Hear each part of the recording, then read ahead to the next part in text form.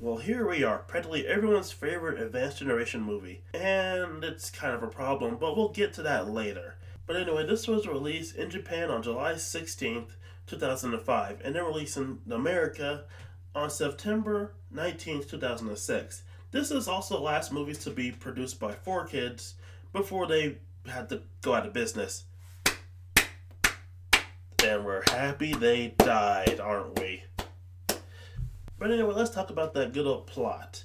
Our movie begins hundreds of years ago with a rather cool concept, a Pokemon War, which is something that's not really talked about much outside of the games and in the games really hinted at. In the midst of one of the battles of the war, Lucario runs around trying to avoid either the armies, a red army and a green army. I'm pretty sure that might be a reference to Pokemon Red and Green, but I don't know. At the same time, this Lucario's master, Orin, who's an Aura Guardian, talks to the Queen of the land named Korean Wind. Before hearing Lucario calling out to him through a crystal because the entire region is covered in these aura sensitive crystal things. He shows up to Lucario, basically telling him that he's the bandit queen of the country. He then steals Lucario away in his staff before handing the staff to his Pidgeot, who she's been riding on the whole time, and sends the Pidgeot to go to the queen. Well, in the meantime, he heads off to a large tree in the distance called the Tree of Beginning, which starts glowing and somehow stops the fighting as light envelops everything around it. In the present, Ash and friends arrive at a palace for yet another festival, so pretty standard fare for these movies. Seriously, at this point, pretty much every movie begins with Ash and friends heading to a festival or a special event. And it's kind of tedious. Anyway, Ash enters a Pokemon tournament, because of course he does, and wins, being declared hero for a year. It feels the only time he manages to actually win a tournament is when it's in a movie.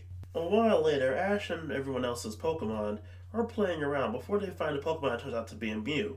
At the same time, a mysterious woman named Kid is tracking Mew before sending out her Weavile to attack it. A fight rages on, and hilariously, Meowth gets involved before being frozen.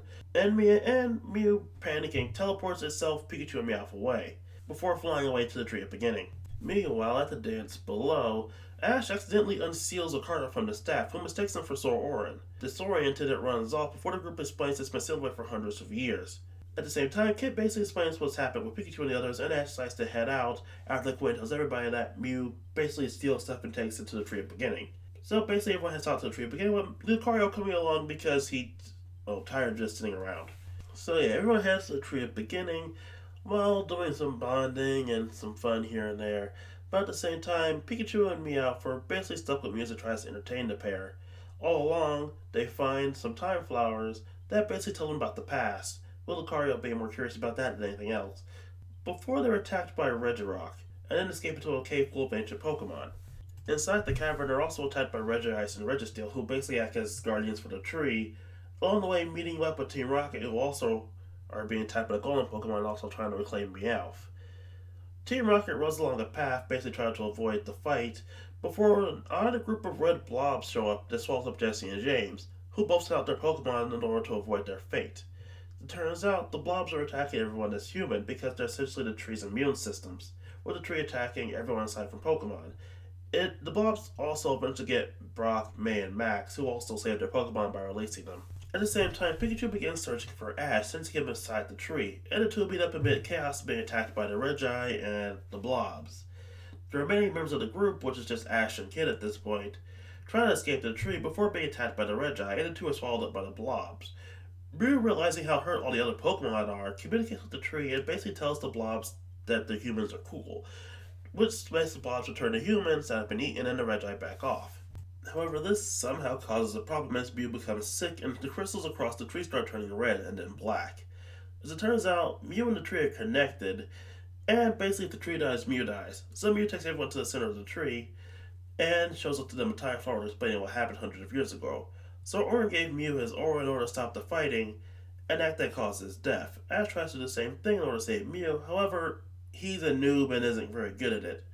So Lucario steps in and helps out. And even Lucario sacrifices himself in order to save Mew in the tree as his body fades away in the crystal, joining Sir Orin. In the end, Ash and friends decide not to tell anyone about what happened inside the tree, mainly because it'll be a shitstorm if they do. And they decide to continue their adventure, so story over. And oh boy, what a story it is. So now it's time to get into it. Now then, why does everyone love this movie? Well, it has one really strong point, and that's Lucario. I have to admit, Lucario's character is probably the best thing about the movie, as well as cresting his bond with the former master, as well as the whole Night Squire thing. Even though it raises a whole host of questions, like aren't Lucarios supposed to know auras naturally because it's their species? If this Lucario was separate from the other Lucario, why is it here? This movie technically takes place in Kanto, so why is Lucario here when it's naturally in Sinnoh? Is that the problem? Is that why it's being trained by a human? Where the hell is Sora Orin come from anyway? It also asks the question of how does this whole aura thing work? Aside from all those questions, this is perfectly all fine. My main issue with the movie is Mew, the other title character. Mew's the one responsible for everything. Yeah, you can argue Kid incited everything by attacking Mew in the first place, but I'm still gonna blame Mew because it was the one that stole away Pikachu and Meowth and caused this whole fiasco. I mean, May, Max, Brock, and Ash were all traumatized by getting eaten by a giant blob, not to mention Team Rocket. And while yeah, those were some really powerful scenes, this all could have been avoided if Mew hadn't have stolen Meowth and Pikachu away. They basically say in the movie that Mew's just lonely, and at the end of the movie, it does make a friend in a bonsai group encounter along the way, but still, it seems like Mew got rewarded for being an asshole, and that's just not good. I can't enjoy the movie all the way when I think about Mew because Mew isn't really a good character in this movie, and it's an unavoidable plot point.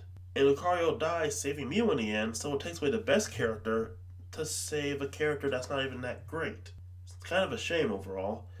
Oh well, overall standard Pokemon movie with one really great addition and one really major subtraction. So yeah, if you enjoy it, I don't blame you. I find something to enjoy about this movie as well.